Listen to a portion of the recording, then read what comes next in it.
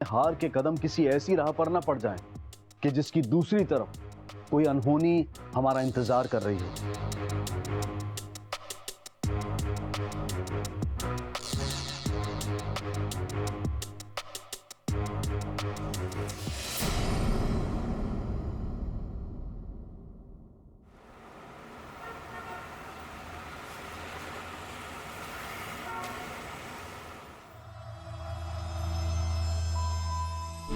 फिर रुक साले, इधर जा रहा है? अब भी तेरी चार पट्टी निकालता हूं।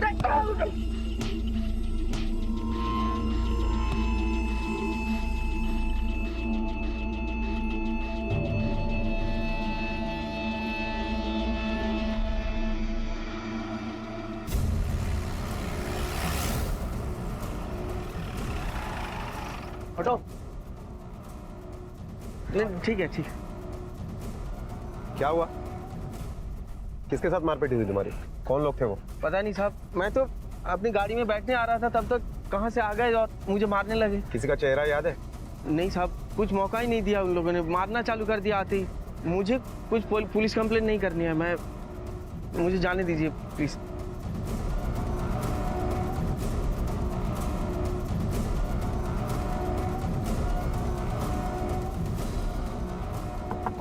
नीचे करो। ये कार्ड आपका है? जी मेरा है।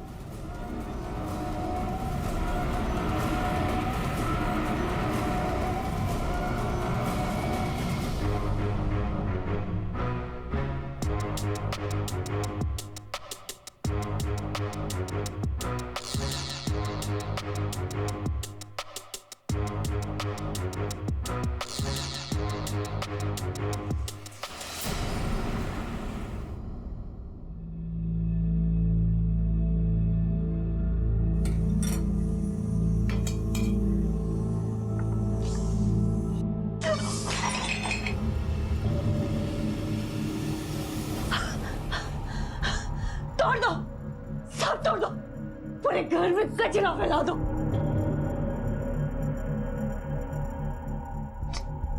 ताई, दे मुझे, मैं करती हूँ, नहीं तो तू काम के लिए लेट हो जाएगी। छोड़।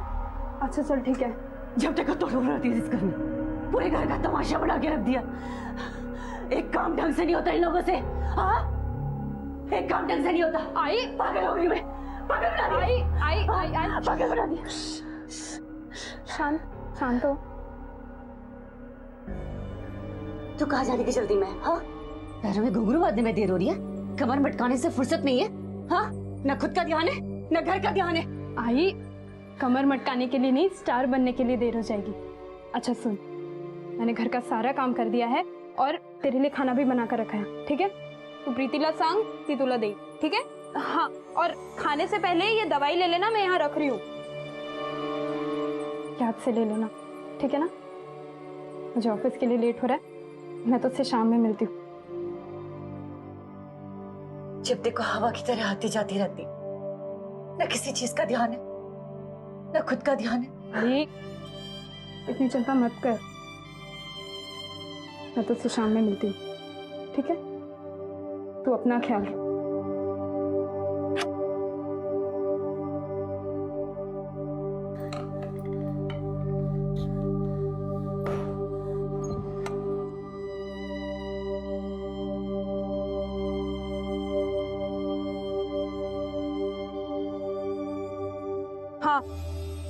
हाँ, निकल गई हूँ मैं। ऑटो।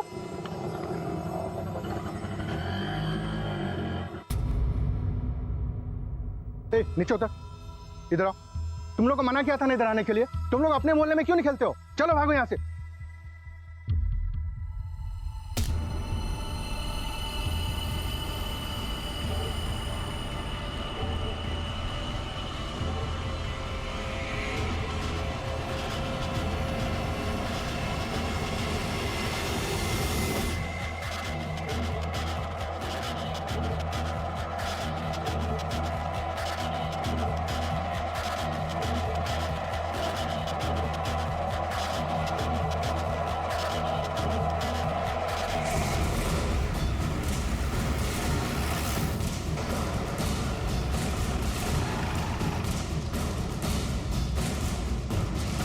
सर, लड़की की उम्र लगभग 20-21 साल की है। इस बिल्डिंग में नहीं रहती है। सर, देखने से लगता है कि सुसाइड केस है। बॉडी की पहचान हुई? सर, अब तक कुछ पता नहीं चला है और वॉचमैन का कहना है कि ना ही उसने इस लड़की को अंदर आते हुए देखा और ना ही वो इससे पहचानता है। सर, लड़की के हाथ पर एक टैटू बना हुआ है, शायद उससे कुछ हेल्प हो सकती है। साहब, मैं 1 मिनट के लिए पेशाब करने के लिए गया था, तभी ये अंदर गई होगी, इसलिए मैं उसे देख नहीं पाया। जब उस लड़की ने छलांग लगाया, कहाँ था तू? यहीं था साहब, वो बाजू के बस्ती के बच्चे यहाँ पे शरारत करने के लिए आते हैं, इसलिए मैं उनको भगाने गया था। सावन, दोनों मेन गेट और लिफ्ट का सीसीटीवी फुटेज ले लो। सॉरी सर, मेन गेट का सीसीटीवी काम नहीं कर रहा है। क्यों? सर 3 बार ठीक करवा चुके हैं, आधा घंटा चलता है, बंद पड़ जाता है। फिर मैंने सोचा छोड़ दो इसे, और वॉचमैन तो है ही। तुम लोग की यही सोच, छोड़ दो इसे, हमें क्या फर्क पड़ता है, अपराध को बढ़ावा देती है। अपनी जिम्मेदारी कब समझोगे तुम लोग? आज के आज ही इसे ठीक करवा लो। हाँ, ये लड़की इस बिल्डिंग की रहने वाली नहीं थी, इसके बावजूद टेरेस तक पहुंच गई। यही सेफ्टी है तुम लोगों की। और टेरेस का दरवाजा क्या हमेशा खुला रहता है? हाँ सर।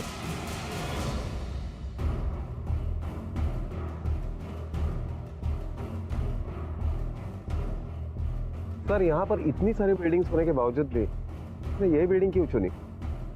सावन, अगर इस लड़की ने ये बिल्डिंग सुसाइड करने के लिए ऐसे ही रैंडमली सेलेक्ट किया, कुछ तो मिलना चाहिए उसका। पर्स, मोबाइल, हमें कुछ भी नहीं मिला। सर, ऐसा भी हो सकता है कि वो लड़की यहीं कहीं एरिया में रहती हो और जानबूझकर वो मोबाइल और पर्स साथ में नहीं लाई ताकि उसकी पहचान छुपी रहे।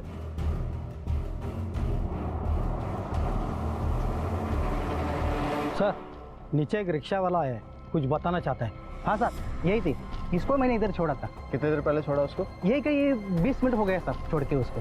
कहाँ से बैठी थी? जोगेश्वरी स्टेशन से सर। कहाँ के लिए? इधर कहीं आशीर्वाद बिल्डिंग करके बोली थी वो। उसके पास में सामान वामान था? Mobile, purse? सामान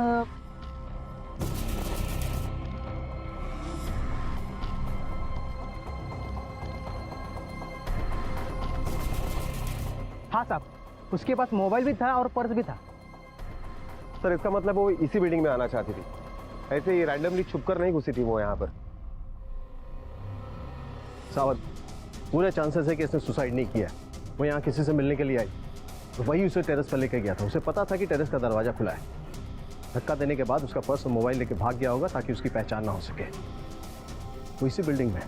एक काम करो, हर फ्लैट में जाओ, सबसे पूछो किससे मिलने के लिए आई।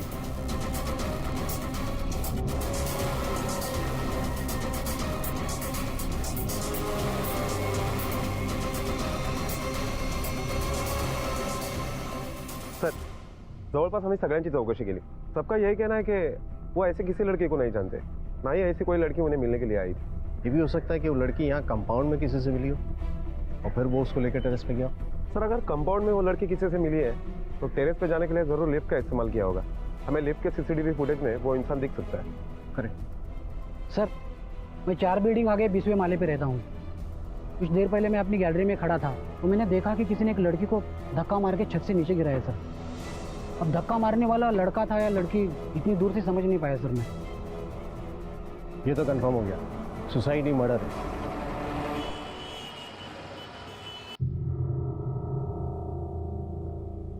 पापा, सुबह से 50 बार फोन कर चुकी हूँ ताई को, फोन ही नहीं लग रहा है, स्विच ऑफ आ रहा है। काहे को परेशान हो रही है? कहीं काम में फंसी होगी, आ जाएगी।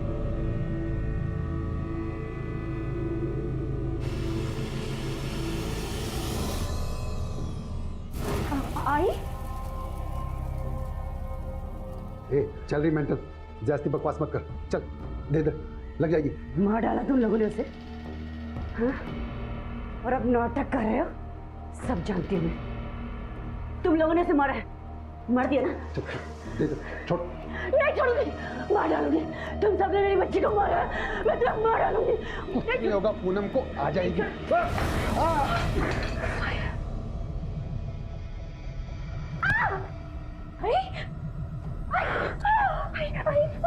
आई और चल चल चल आई।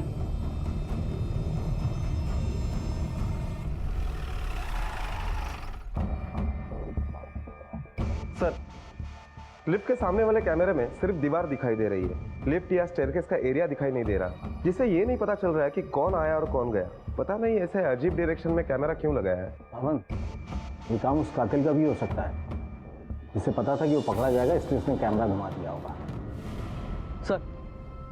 सर भांडुप पुलिस स्टेशन में आज सुबह एक लड़की की मिसिंग कंप्लेंट दर्ज की गई है।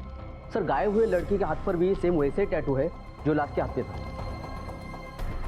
कंप्लेंट करने वाले को बॉडी की पहचान के लिए बुलाओ। Okay sir.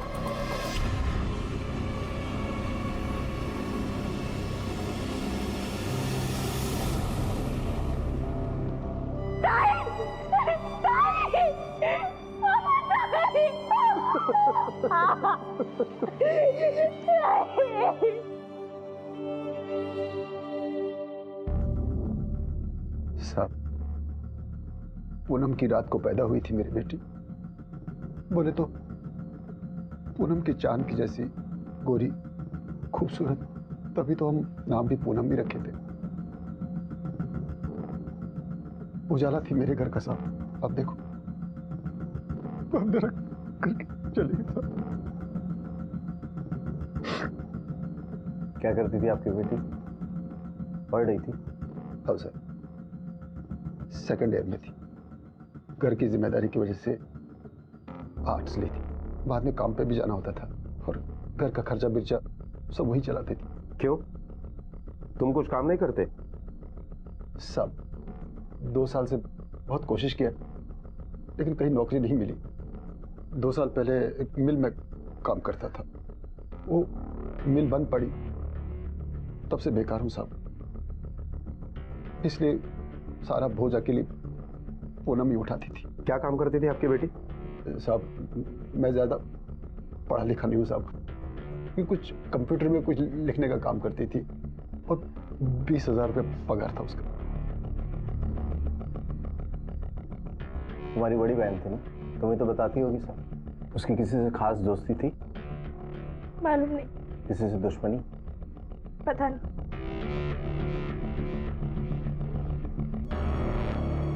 ये दरवाजा क्यों बंद रहता है?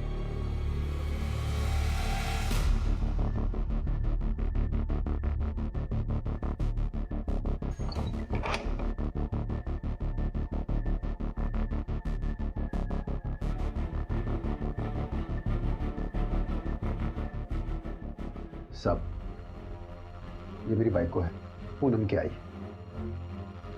दिमाग से थोड़ा हिली है, बहुत साल से ऐसी है। कंट्रोल से बाहर जाती है तो हम लोग इसको यहाँ बंद करके रखते हैं। ऐसा कोई है जो आपकी बेटी को मारना चाहेगा?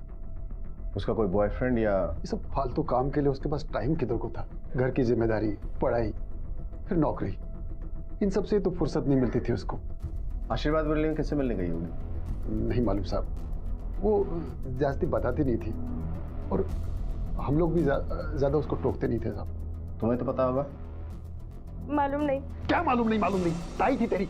बहनें तो एक दूसरे का दुख सुख जानती हैं, जब भी मुंह खोलती है मालूम नहीं मालूम नहीं। ऐसे क्यों चिल्ला रहे हैं उस पर? सिर्फ आप नहीं, उसने भी अपनी बहन खोई है।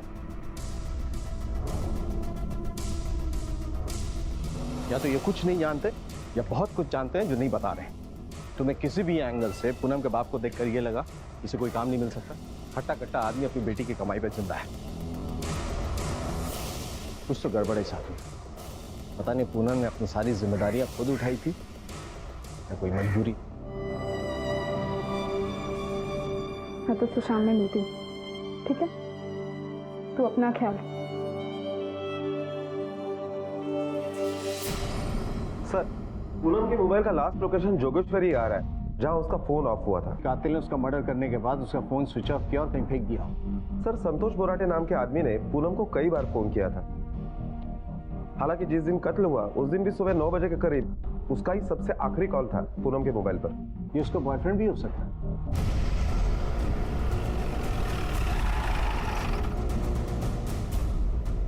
संतोष बोराटे तुम ही हो साहब? पूनम मटकर को जानते हो? हाँ साहब, मंगेतर है मेरी। क्या हुआ साहब? कल सुबह 9 बजे फोन किया था तुमने उसे?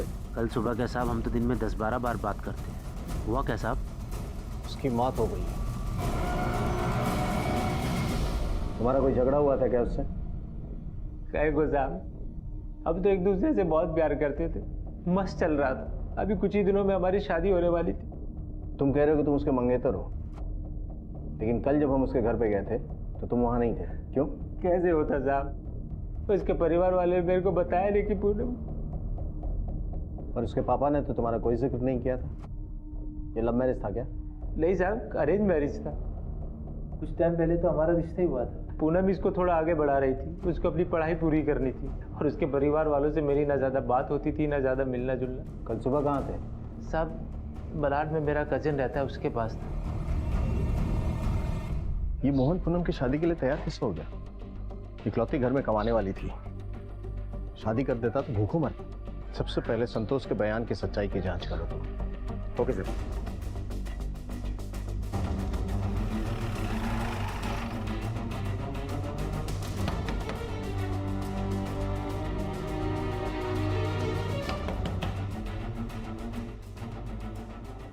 हमारे साथ होंगे? हाँ साहब, मैं ही। संतोष बरोड़े को जानते हो? हाँ जानता हूँ साहब। कल सुबह तुम्हारे घर पर आया था वो? हाँ साहब, इंडिया ऑस्ट्रेलिया की मैच थी, वो देखने के लिए आया था। पूरी मैच देखी? हाँ साहब। कोहली ने सेंचुरी बनाई? कोहली ने किधर साहब, सेंचुरी तो अजिंक्य ने बनाई थी। ये पूनम मटकर को जानते हो? हाँ साहब, संतोष के मंगेतर है। योगेश्वरी में आशीर्वाद बिल्डिंग में कौन रहता है तुम्हारा? आशीर्वाद बिल्डिंग? ये तो मैंने पहली बार नाम सुना है साहब। साहब क्या हुआ वो तो बताओ। साहब, संतोष पूनम का मंगेतर था? हाँ साहब। तो ये बात कल हमने जब पूछी तब क्यों नहीं बताई? साहब, आप बॉयफ्रेंड के बारे में पूछे थे, मंगेतर के बारे में किधर पूछे?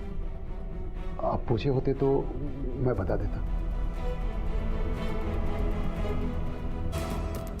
बाप बेटी का कत्ल नहीं कर सकता क्योंकि वो मकसद नहीं है, बल्कि जिंदा रखने का मकसद है। वो अकेली घर में कमाने वाली थी, वो गई तो इनकी भूखमरी शुरू। सर, संतोष के पास झगड़ा करने का तो मकसद है, लेकिन मारने का नहीं। अगर है भी तो कत्ल के वक्त वो अमर के साथ मलाड में मैच देख रहा था, ये साबित हो चुका है। अगर ये दोनों नहीं है तो तीसरा कौन है? उसे पूनम को मारा। सर, ये पूनम मटकर की पोस्टमार्टम रिपोर्ट आई है। पूनम 2 महीने की प्रेग्नेंट थी। कहीं यही वजह तो नहीं इस मर्डर? नहीं साहब, मैं नहीं मानता आपकी इस रिपोर्ट को। मेरी बेटी ऐसी वैसी लड़की नहीं थी साहब। प्रेग्नेंट होने का मतलब ये नहीं है कि आपकी बेटी ऐसी वैसी थी। मुद्दा ये है कि उसको इस हाल में छोड़कर गायब कौन हुआ। अब आप ये बताइए कि संतोष के अलावा उसके जिंदगी में और कोई था? साहब, मैं बोलता हूँ ऐसा नहीं हो सकता है। अगर आपकी रिपोर्ट सही है तो ये संतोष ही होगा साहब जिसने ये किया है।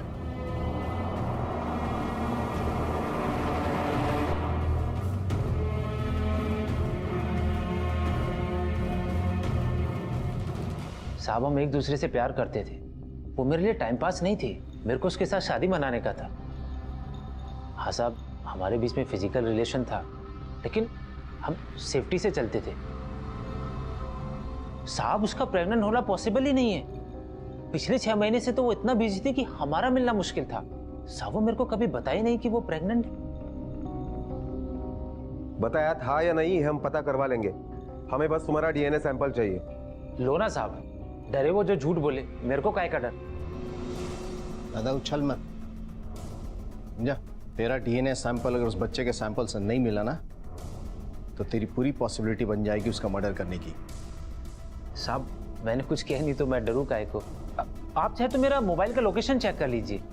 तुझे बहुत जानकारी पुलिस क्या क्या चेक करती है? कहीं यही जानकारी तूने इस मर्डर के लिए इस्तेमाल तो नहीं की? बेटा टेक्नोलॉजी अभी आई है, पुलिस के पास ऐसे 1000 रास्ते होते हैं अंधेरे में से कातिल का गिरबान पकड़ के बाहर निकालने के। समझा? सर, संतोष सच बोला है, उसका डीएनए मैच नहीं हुआ और कॉल रिकॉर्ड और मोबाइल लोकेशन टावर के हिसाब से उस दिन वो अमर के ही घर पर था, मलाड में। इसका मतलब है कि पूनम की जिंदगी में संतोष के अलावा भी कोई आदमी। अरे गुमनाम आदमी कौन था? सावन छोड़ के क्यों चली गई? पर अच्छा ही हुआ तू चली गई। इस नरक से मुक्ति तो मिली तुझे। तू जिधर भी होगी ना, इधर से तो खुश होएगी तू।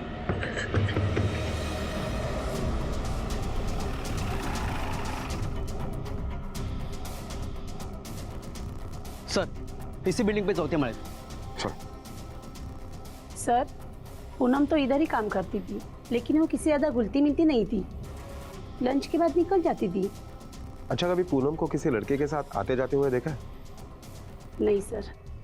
साहब, उसे डांस का बहुत शौक था, बड़े बड़े सपने थे।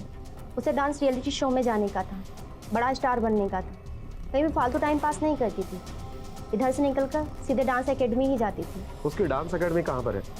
कुछ नाम याद है उसका? सर सही से तो नहीं पता, लेकिन जोगेश्वरी में तनु या मनु करके कोई डांस एकेडमी है।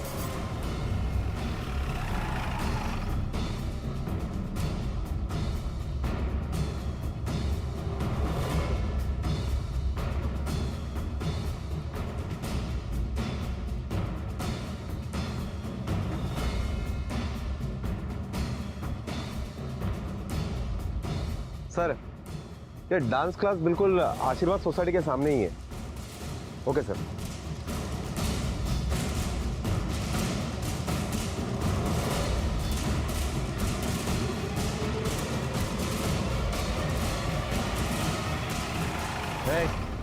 चलो गाड़ी में बैठो, बात करनी है, बैठो। चलो बैठो। चलो। हमारी बेटी तनुजा एक एक्ट्रेस थी और कमाल की डांसर भी। डांस उसका जुनून था, पर 7 साल पहले एक एक्सीडेंट में उसकी मौत हो गई। बस उसकी याद में उसका नाम और शौक जिंदा रखने के लिए हम ये तनु डांस एकेडमी चलाते हैं। बाजू के रूम में ही उसकी क्लासेस चलती हैं। 3 तारीख को पूनम एब्सेंट थी, वो क्लास नहीं आई थी और दिन मंगलवार था। मंगलवार को वो क्लास नहीं आती है। अगर मंगलवार के दिन उसकी क्लास नहीं थी तो वो यहाँ क्या कर रही थी? पता नहीं सर, हमने सुना था कि सामने की बिल्डिंग से किसी लड़की ने कूदकर सुसाइड कर लिया है। अब वो पूनम थी ये मालूम नहीं था।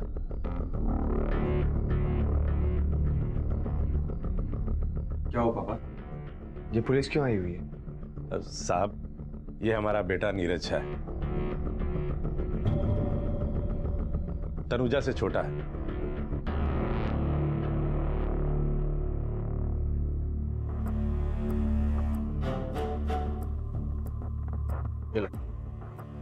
लो पियो, पियो।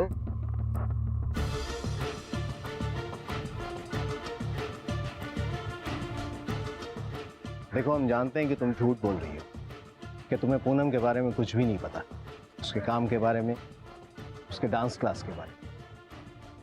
हम ये भी जानते हैं कि तुम अपने बाबा के डर से कुछ नहीं बोल रही।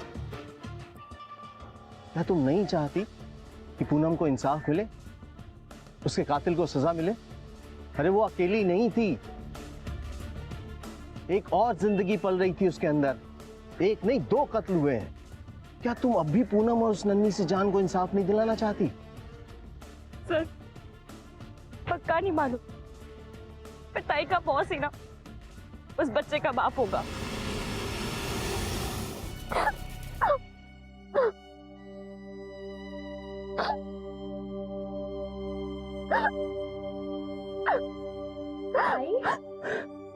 भाई क्यों रो क्यों रही है?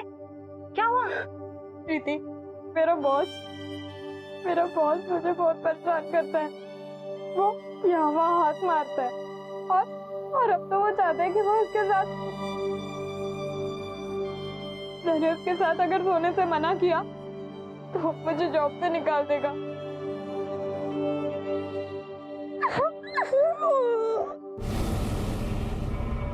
ताई तो काम पे जा रही है।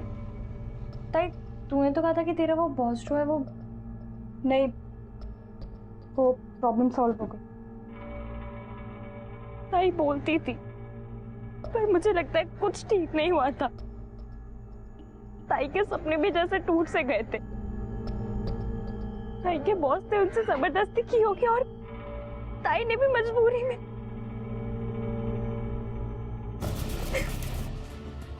वो ही उस बच्चे का बाप होगा सर।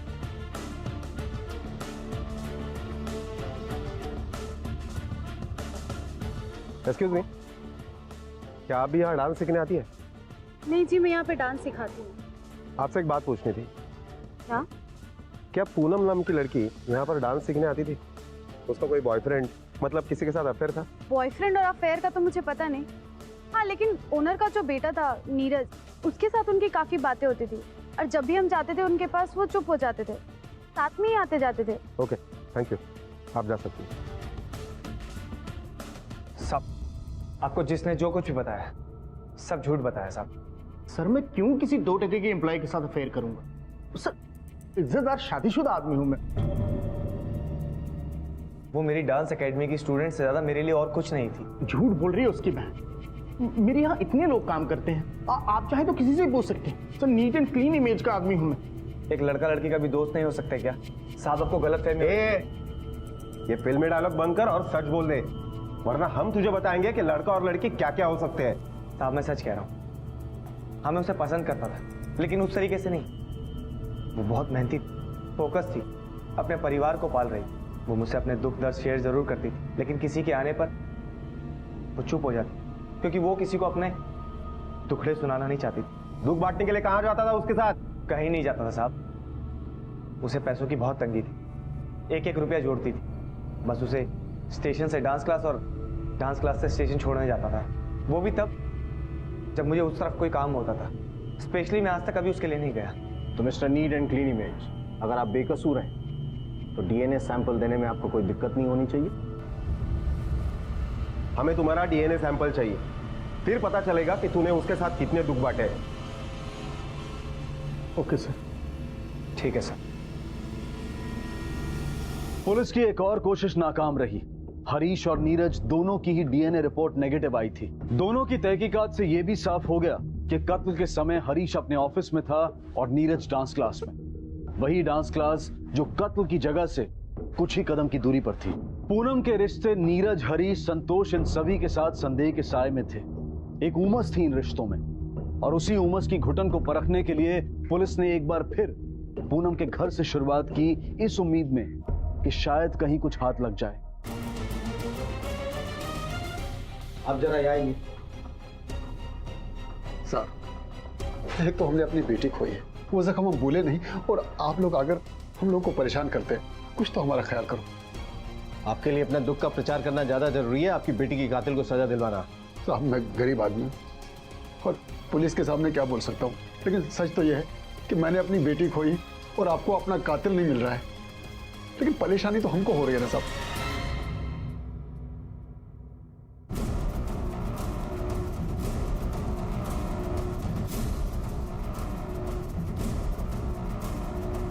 सर ये कार्ड मिला है। सर मैंने पहले भी ऐसे कार्ड देखा था, वो आशीर्वाद बिल्डिंग के पास एक आदमी के साथ मारपीट हुई थी। सर उसने अपने सवालों का ठीक तरह से जवाब नहीं दिया था और उसने ये भी कहा था कि मुझे पुलिस कंप्लेंट नहीं करवानी। मंसूर एक काम करो, उस आदमी का नाम और एड्रेस ढूंढो। Okay sir.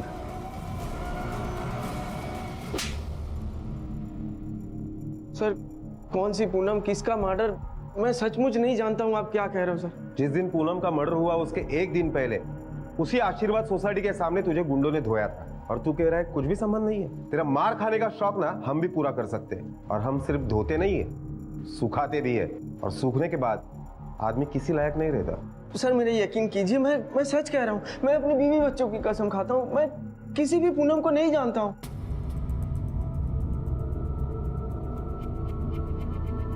ये पूनम है। अब बोल, कभी नहीं देखा इसे?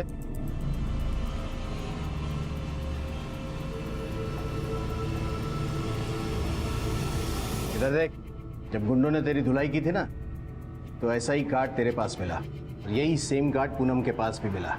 अब बता, क्या संबंध है तेरे, पूनम और इस कार्ड के बीच में? बोल। देख, इससे पहले कि ये बेल्ट में तेरे शरीर पे चाप दूं, मान जा। देख अब तेरी बारी है ये दिखाने की कि तू अपनी आई से और बाबा से कितना प्यार करती है। बाबा करती हूँ ना, बहुत प्यार करती हूँ, पर इसलिए मैं पुलिस को कुछ नहीं बताई। प्लीज बाबा। नहीं मानेगी? नहीं बाबा, बाबा।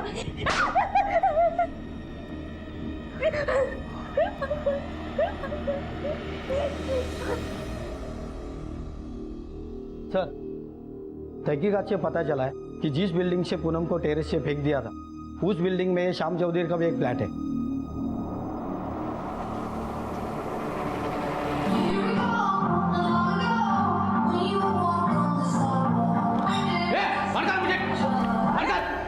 क्या क्या चले उठ वो क्या बहुत नाच लिया अब टाइम आ गया अभी कुछ नहीं किया है जानो तो सही।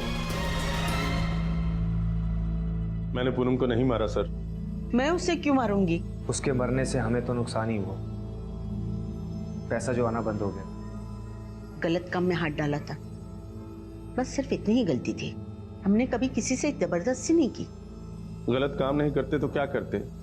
सीधे रास्ते से इतना पैसा कहाँ कमाया जा सकता है? अब कम में गुजारा करना पॉसिबल नहीं था हमारे लिए। तनुजा ने फिल्मों में काम करके बहुत पैसा कमाया था। धीरे धीरे हमारा लाइफस्टाइल ही बदल गया, रहन सहन, खाना पहनना सब। दीदी की कमाई से हम शान शौकत की जिंदगी जी रहे थे, और जब हमें उस शान शौकत की लत लग गई तो एक दिन रोड एक्सीडेंट में दीदी की मौत हो गई। कमाई बंद हो चुकी थी, लेकिन खर्चे कम नहीं हुए थे। साल 2 साल में सारा पैसा खर्च हो गया। फिर हमें कमाई का एक नया रास्ता दिखा। तनुजा के नाम से हमने डांस एकेडमी खोली।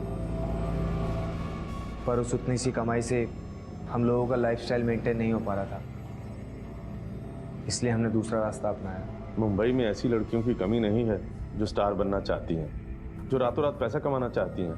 नाम शोहरत पैसा कमाने के लिए लड़कियां कुछ भी करने को तैयार हो जाती हैं, और हम उन्हें ये लालच देकर किसी के साथ भी सोने के लिए तैयार कर लेते थे। शुरू में हम लोग उन्हें प्रोड्यूसर्स के पास भेजते थे, ये बोल करके उनका फ्यूचर सेट हो जाएगा, और फिर उसके बाद हम उनका ब्रेन वॉश करते थे कि जो काम एक बार किया है वो दोबारा करने में प्रॉब्लम क्या है। 1-2 बार में लड़कियों की शर्म खत्म हो जाती थी, फिर ना उन्हें फर्क पड़ता था ना हमें। बस फिर नोट गिनते थे। मैं अंधेरी, जुहू और बांद्रा के पॉश इलाकों में आने जाने वाली गाड़ियों में लोगों को कार्ड बांटता। लड़की चाहिए तो कॉल कर। जब भी कोई हमें उस नंबर पर कॉल करता तो हमारा कॉल रिकॉर्ड किया हुआ नंबर डज नॉट एक्सिस्ट सुनाई देता। लोग उसे फेक नंबर समझकर फ़ोन काट देते, और वो हमने इसलिए लगाया था कि ताकि यदि कोई हमें पकड़ने की कोशिश करे तो उसे भी वो नंबर गलत समझ में आए। फिर उसके बाद हम लोग उसी नंबर पर पीसीओ से कॉल करते थे। जिसे भी लड़की चाहिए होती थी उसे मेरी बहन तनुजा की फ़ोटो भेजते थे। हीरोइन की फ़ोटो देखकर सबकी लाट टपकती थी, कोई देखने नहीं जाता था कि वो जिंदा है या मर गई। हम लोग आशीर्वाद के फ्लैट पर उन लोगों को बुलाते थे।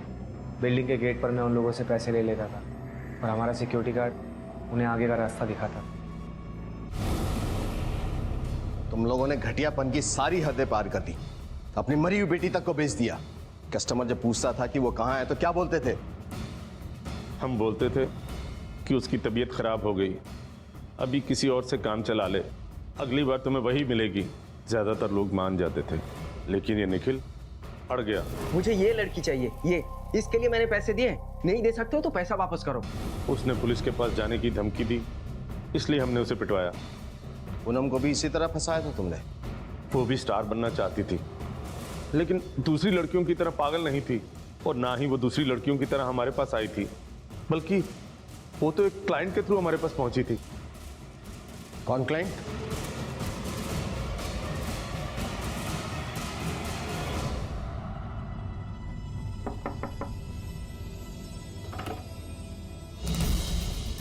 क्या हुआ साहब? क्या अरे साहब क्या हुआ साहब? अरे मैंने क्या किया साहब? मैंने कुछ नहीं किया साहब, मैंने कुछ नहीं किया।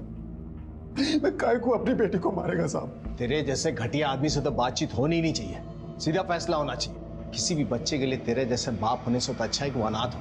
अपनी बेटी का सौदा किया तूने, उसके बाद बाजार में बिठा दिया लोगों के नोचने के लिए, और अब अपनी छोटी बेटी को बेचना चाहता है। क्या करता साहब? घर में खाने को रोटी नहीं, जेब में फूटी कौड़ी नहीं। पूनम काम पे लग गई तो 2 महीना ठीक से गया था, और फिर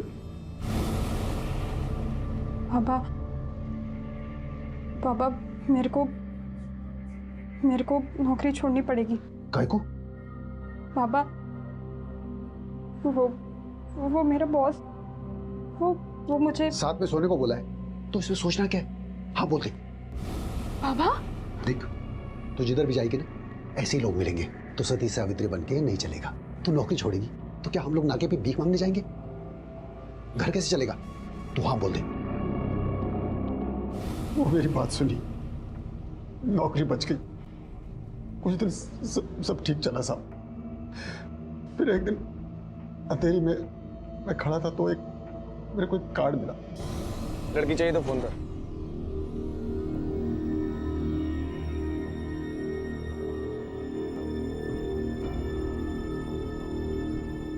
पैसा लाया क्या? साहब मेरे को लड़की नहीं चाहिए। तो फिर क्या करने आया यहाँ? मेरे पास लड़की है तुम्हारे काम की।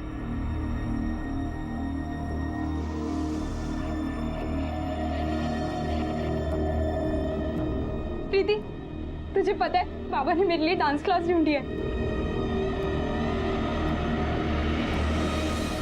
उसके बाद वो धीरज लोग उसको काम पे लगा दिया। इसे काम नहीं कुछ और कहते हैं। एक क्लाइंट आने वाला था पर वो आया नहीं। मैं और वॉचमैन घंटों तक बिल्डिंग के गेट पर उसका वेट करते रहे और उधर पूनम भी फ्लैट पर उसका वेट कर रही। फिर हमने देखा कि पूनम टेरिस से नीचे गिर गई। मैं समझ गया था साहब के कुछ गड़बड़ है। मैं भागकर सीधा फ्लैट पे गया, देखा तो दरवाज़ा खुला हुआ था।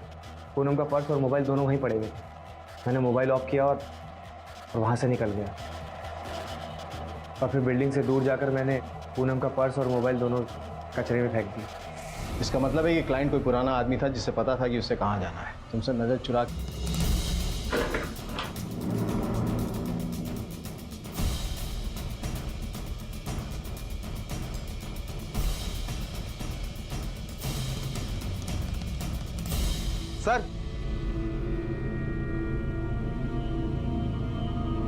सर ये देखिए।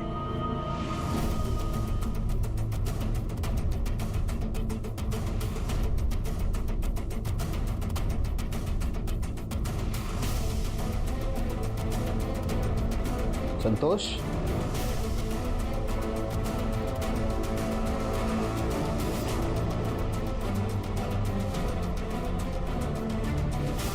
मैं अमर को नहीं मारना चाहता था साहब, लेकिन वो मेरा बात सुना ही नहीं, शहर छोड़कर जा रहा था। साहब अगर वो शहर छोड़ के जाता तो आपका डाउट मेरे ऊपर आता। अरे मेरे को जाने दे। रुक नहीं, तू नहीं जाएगा, तू समझ ना, तू इधर से नहीं जाएगा रे अमर।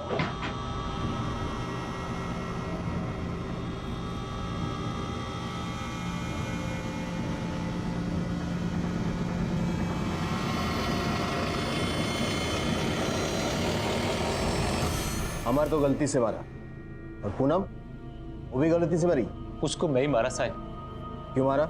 साहब अमर को कॉलगर्ल के पास जाने की लत थी। ऐसे ही वो एक दिन पूनम को मिला। पता नहीं मुझे ऐसा क्यों लग रहा है, इससे पहले मैंने तुझे कहीं देखा है। देखा होगा। काम हो गया ना तेरा, अब जा जल्दी यहाँ से।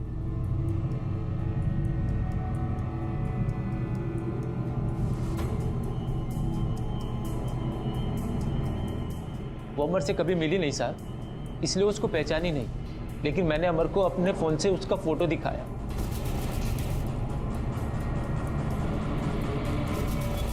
साहब मैं एकदम पागल जैसा हो गया था। मेरे को यकीन नहीं था कि वो मेरे को धोखा देगी साहब। फिर मैंने सोचा पूनम को इसका कीमत चुकाना पड़ेगा। मैंने अमर को बोला उसको बुक कर, मेरे को उसका वो रूप देखना अपनी आंखों से। साहब मैं 3 तारीख को आशीर्वाद बिल्डिंग के बाहर गया। चाची उधर से वॉचमैन अंदर गया, मैं सीधा बिल्डिंग के अंदर गया, अमर के बताए हुए फ्लैट की तरफ। पूरे रास्ते साहब मैं यही सोचता रहा कि उधर पूनम ना हो। जैसे मैं उधर पहुंचा और घंटी बजाई, दरवाजा खोला तो मुझे यकीन नहीं हुआ साहब जब मैंने पूनम को वहां देखा। साहब जब मैंने उसका वो रूप देखा, मैं उधर से सीधा छत पे गया, मेरे पीछे पीछे आई। उसके बाद साहब मुझे कुछ सुनाई नहीं दिया वो क्या बोल रही थी। मेरे कानों में कुछ नहीं जा रहा था साहब। संतोष एक बार बात सुन लो प्लीज प्लीज। जो तुमने देखा वो मैंने मजबूरी में किया था, मैं नहीं करना चाहती थी। तुम जानते हो मैं तुमसे बहुत प्यार करती हूँ, है ना?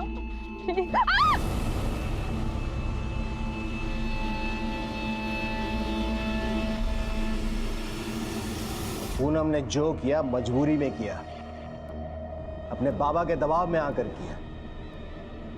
उसकी गलती सिर्फ इतनी थी कि उसने आवाज नहीं उठाई। संतोष को पूनम के कत्ल के लिए, हरीश खन्ना को सेक्सुअल हैरेसमेंट के लिए और सुनीता, श्याम, मोहन और नीरज को देह व्यापार के जुर्म में सजा हुई। अगर पूनम अपने पिता की बेगैरत और वाहियात शर्तों के सामने झुकी ना होती तो शायद आज वो जिंदा होती। अपने परिवार की जिम्मेदारी हर इंसान को उठानी चाहिए, लेकिन ध्यान ये रहे कि ऐसा कुछ भी ना करें कि आप अपनी ही नजरों में गिर जाएं। अब मैं अनूप सोनी आपसे विदा लेता हूं, फिर मुलाकात होगी अगले एपिसोड में एक और चौंका देने वाले केस के साथ। तब तक अपना और अपने परिवार का ख्याल रखें और देखते रहें क्राइम पेट्रोल डायल 100। सबक एक को सीख हम सबको। जय।